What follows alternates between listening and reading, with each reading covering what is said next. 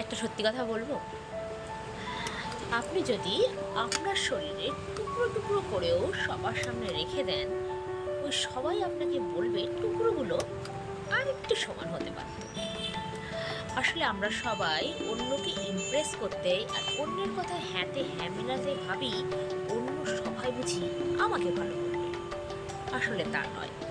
এটাই আপনার চিন্তা ভাবনা, নিজেকে নিজের পায়ে নিজের গুরু মারা হলো। সবার সামনে নিজেকে অ্যাভেলেবেল করে সস্তা না করে নিজেকে সময় দিন। আপনার দায়িত্ব অন্য সবার খুশির জন্য নয়, নিজেকে খুশি রাখার। নাট্যমঞ্চের অভিনেতা হয়ে নাট্যমঞ্চের নাটক করাটা বন্ধ করুন, বাস্তবে ফিরে আসুন। কারণ অন্য সবার জন্য আপনি যতই ভালো কিছু করুন না কেন, নিজের গলাটা কেটে নিজের শরীরের টুকরো টুকরো করেও রেখে দিন না কেন, সেই সবাই আপনার কিন্তু খুঁজতে ধরতেই ব্যর্থ থাকবে। তাই নিজেকে নিয়ে ভাবুন, নিজেকে ভালো রাখুন।